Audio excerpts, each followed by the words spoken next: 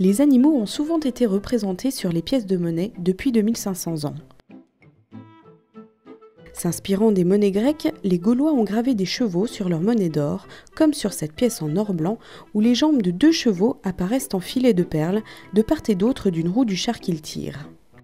Un autre cheval, dont le corps apparaît entièrement, orne ce stataire d'or frappé dans le nord de la Gaule. Au Moyen-Âge, sur ce denier d'argent frappé à Mirecourt, un cheval de guerre mène au combat le duc de Lorraine, Ferré III. Un siècle plus tard, pendant la guerre de Cent Ans, le roi de France Jean le Bon est au combat.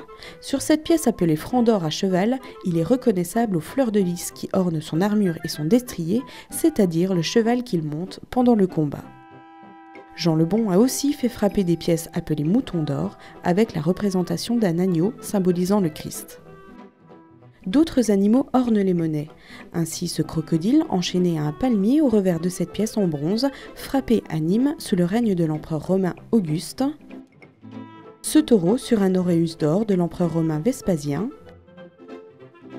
Ce cerf sur une pièce en argent qui date du règne de l'empereur romain Philippe. Ou encore cette louve avec Romulus et Rémus au revers d'une pièce romaine en bronze qui rappelle la fondation légendaire de Rome. Des oiseaux figurent aussi sur certaines monnaies, comme les aigles du blason des ducs de Lorraine. Ainsi, pour la plaque d'argent frappée à Nancy pour le duc Jean Ier, sur laquelle 2 aigles sont posés sur les aumes, qui surmontent l'écu de Lorraine avec ses 3 alérions ou petits aigles sans bec ni griffes. En 1729, le duc François III de Lorraine fit frapper un alérion couronné sur cette pièce de 30 deniers. 7 ans plus tard, 2 aigles encadraient l'écu de Lorraine, avec ses 3 alérions et ses 2 poissons appelés barres, sur la monnaie d'or où le duc se prétendait également roi de Jérusalem.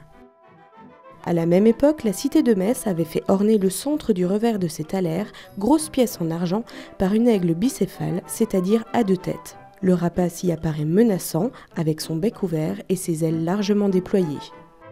Le coq, symbole de la vigilance, fut représenté sur les écus d'argent au début de la Révolution française et sur des pièces de la République française, comme on le voit ici sur une pièce de 50 francs. Ces quelques exemples illustrent la richesse du bestiaire des monnaies.